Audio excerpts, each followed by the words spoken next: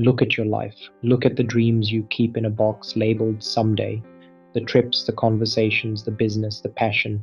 According to the research on the deathbed, there is an 80% chance you will regret never opening that box.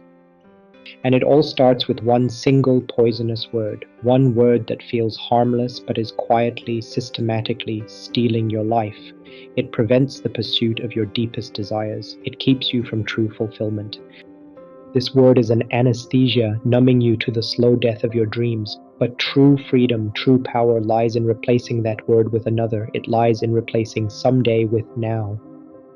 It's not a complicated word. It's not a curse word. It's someday. Someday I'll travel. Someday I'll start.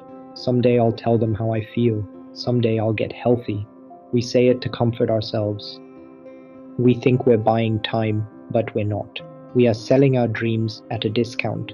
Someday is the favorite word of the ego, the ahamkara, because it protects it from the risk of failure and, more terrifyingly, the risk of success. It keeps you safely in the waiting room of life, but the door is already open. You just have to walk through. This seemingly harmless word subtly sabotages your deepest aspirations. It's a silent assassin of potential. Let me tell you a story about a man named Arjun. This isn't an ancient parable, this is a modern tragedy. Arjun had a passion. He loved working with wood, creating beautiful furniture. He had a dream to start his own workshop, to build a legacy with his hands. His friends loved his creations, marveling at his skill and vision. He'd tell them with a light in his eyes, someday this will be my full-time job, someday I'll have my own studio, my own brand. He envisioned a life filled with the scent of sawdust and the satisfaction of creation. Someday became his mantra. I need more money first, he'd say, taking a stable corporate job. It's too risky with a newborn, he'd rationalize, prioritizing security over passion. I'll do it when I have more time, he promised himself as time slipped through his fingers. His dream wasn't abandoned, it was postponed. He traded it for a salary, for security, for the path of least resistance. The tools gathered dust in the garage, waiting for a someday that never arrived.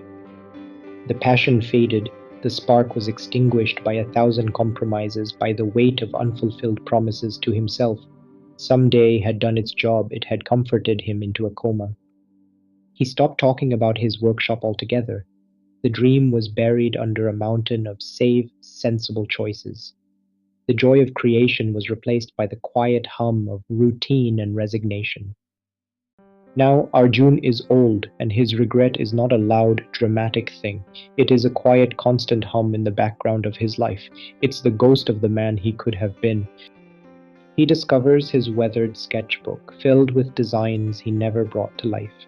He didn't fail, he never even tried. He realized too late that someday is a date that never exists on any calendar. Arjun's story does not have to be yours. The Sanskrit word for this is kala, time. But time is not a line you stand on, it is a river you are in. You are drowning in someday. It's time to swim. Here's how. Take one someday dream and define it.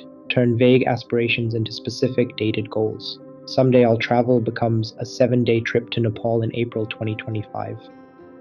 A dream without a date is a fantasy. A dream with a date is a goal. Give your dreams the respect of a deadline. Make them real by making them measurable. If an idea or impulse is truly important to you, you must take one concrete action within 72 hours of having it. Not a massive action, a tiny one.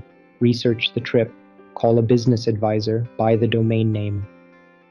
Action is the antidote to anxiety and the killer of someday. It breaks the inertia, it builds momentum, it proves to yourself that you are serious. In the ancient texts, a kalpa is an immense cycle of time, a cosmic epoch. It reminds us that time is both vast and fleeting. It emphasizes that there is no right time. There is no right time, there is only now. The future is a concept. The present moment is the only reality you have to build with. Stop waiting for perfect conditions. This is not a motivational speech. This is a spiritual emergency. The universe is not waiting for you. It is happening through you. Your breath is a countdown timer you cannot see. The divine consciousness, the Brahman that animates you, is begging you to express it, to experience it, to live it. Someday is an insult to the miracle of your own existence. It's a betrayal of the gift you've been given.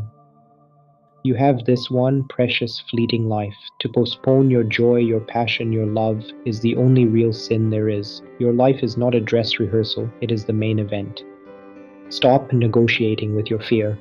Stop rationalizing your procrastination. The most dangerous word is not failure, it's someday. And every time you say it, a part of your future self dies.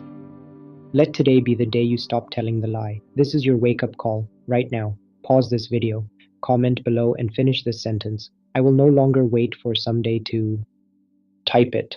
Make it real. Subscribe to the Seeker's Hood for more brutal truths that set you free. And then share this video and tag someone who needs to hear this today. Their future self will thank you.